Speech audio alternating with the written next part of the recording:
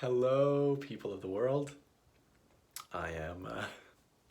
Well, I've been posting all these quotes from John Gray, so it's, I'm touching on those taboos.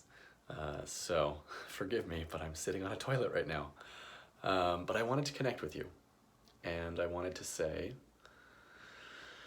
I don't know if I need to say anything really, but a breath would be nice. I think for all of us in these times and with what we're going through, and it's tough. I'm smiling because I've trained myself to smile through all of these rough times, because I know that when I get caught in the turmoil, huge conversation. You got to feel it before you can release it. But I must say that I love this, my new hairdo. Once you release it, you become liberated to a new level of excitement, joy, passion, bliss. Don't get me wrong. I know we're all going through a lot. And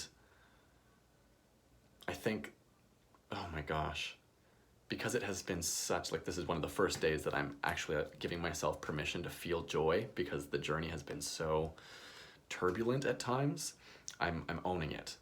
But that's not to say that I'm unable to meet someone where they're at, if that makes sense.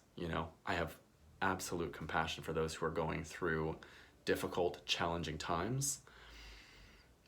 And yet there's a part of me that is learning to know and trust that there is a higher vibrational, a higher dimensional reality that exists that we can embody and inhabit and live from and communicate from, that I have to keep looking at this hairdo. It feels very Simpsons. It's like little Lisa. Or Medusa. Oh my god, it's kind of Medusa. Cut that off, 10 more grows. Okay, where am I going with this? The process of letting go is challenging, and it requires ongoing attention and care and love to nurture yourself through whatever you're going through. I mean, on a collective level, we are in the process of releasing structures that no longer work for us. Look how fragile we've all become as the result of a virus. We've become very fragile. Things that have been inside of us that we haven't looked at are now all coming up. I see it I take public transit, so on buses, I'm seeing people super triggered, ready to react rapidly. Anger, rage, judgment, almost hostility at times, and it's shocking.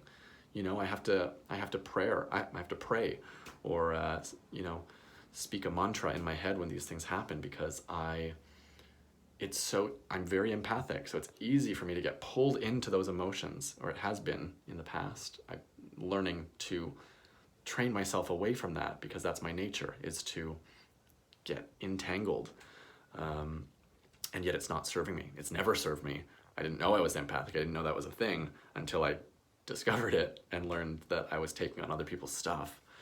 And finally, I'm moving into a place of, sovereignty and, I want to say, empowerment. There's a part of me that hasn't been able to say I feel empowered for a long time. And yet, it feels so good to be arriving or, moving through the things that have been in the way of you knowing and accessing your natural state of empowerment, of divinity, of source consciousness. There's, whatever way you want to look at it, a fractal of source. I love that. I love that imagery, that diagram, that possibility. Reality. I experience it as a reality. I experience being an aspect of source as my reality. And it's easy to forget. Most systems that exist right now have trained us out of it. They don't want us to know. No, I don't like using the us and them. It feels divisive to me. But we've forgotten. Take personal accountability for it. We've forgotten that we are aspects of source with wild and crazy hair. And my goodness, just remember, commit to remembering that you are pure, unexhaustible source energy. What could be better, And there are tools, there are practices, there are philosophies, there's breath work, there's so many things. There's medicine, plant medicine, for example, that's getting a huge influx of attention these days. I never thought that I'd have a conversation with my mom about ayahuasca, given the degree of fear that surrounded marijuana and psilocybin mushrooms, for example, back in the day. I was pumped full of fear around all of those things. Drugs are bad, right? Drugs. Just the term drugs, And now we're just awakening to a whole new experience of, looking at things as they are. And remembering reverence, remembering spirit. Oh my God, remembering spirit. That's massive. That's a massive. If you can remember spirit in your day-to-day life, wow, that's a game changer. That's a game changer because you're now connected. Oh my God, I just noticed that I'm looking at myself through this clip and not at the camera. It's kind of easier. I don't know. Hello you. Okay, I'm gonna commit to looking at the camera. It's weird. I guess that speaks more about me than it does about anything else. But it's a new habit, looking at the camera. Usually, I don't know, some people make eye contact, some people don't. I love eye contact. I love looking into your soul, basically. And yet, I guess I like looking into my own soul. When you know yourself as an aspect of source, you love looking at yourself. You are like appreciative of everything that makes you you. And it wasn't always that way for me. In fact, like I said earlier, this is just the beginning of a new paradigm of being able to say that I know myself as blank, source, universe, God, Christ consciousness, whatever. There's everything is available to us. And my goodness, yeah. Whew, there's so much. I hope this conversation is not, I'm making it to share, a vibrational experience that you may be able to recognize as something that, the idea of having forgotten it just resonates with me so deeply, because that means that it's not separate from me. It means that I can remember it. I can learn, I can relearn or unlearn the things that made me forget. So many beautiful ways to look at it, which means that the options and possibilities are endless, because all we're doing is getting back to that state that is dormant within us. Not even dormant. Yeah, it's just been covered with different layers. And based on our beliefs, based on what we believe to be true about ourselves and our place in the universe and all of these things, we have constructed a physiology that reflects it, who we think we are, empowered or not, disempowered, victim or victor. We become something. We become something based on those beliefs. So, yeah, they're powerful. They're mental models that just shape our view of reality. And goodness me, when you have an experience, when you are presented with an opportunity to investigate and become curious as to what is really going on in there, you know what? Flip your ego on itself, flip your own ego on itself so it can look and say, hey, you've been running the show. I see you. I feel you. I hear you. And I love you. And this might make things a little bit easier. That's the way that I play the game, because from this point of view, from this perspective, from where I am now, I'm not going back to that limited, constrictive way of thinking of myself or how the world works. It just doesn't feel good.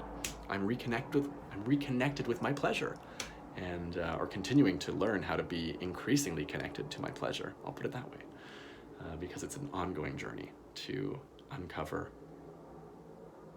release, and integrate all that has prevented us from knowing ourselves as pleasurous centers of experience. That's my take. That's my thoughts. Those are my thoughts. Those are mine. They're not mine. They're free thoughts. They are, if it was already in me, then I don't know. There's no other logic than it's already in you, and you just make a choice to figure out how to reclaim it. And there are so many ways. I just like to say endless avenues for growth and remembering. So I'll leave it there for now. I'm going to finish up here. Thank you for joining me in this sacred space. And until next time, I just love this hair. Does anything else work here? Okay, curtain, mirror. Yeah, I'm not going to go down. That's inappropriate. I mean, it doesn't have to be, but we've made it inappropriate. So I will respect the current establishment until the new systems are in place where we feel liberated and, you know, safe to be fully ourselves in all of our multidimensional, idiosyncratic brilliances. I'm just having fun now.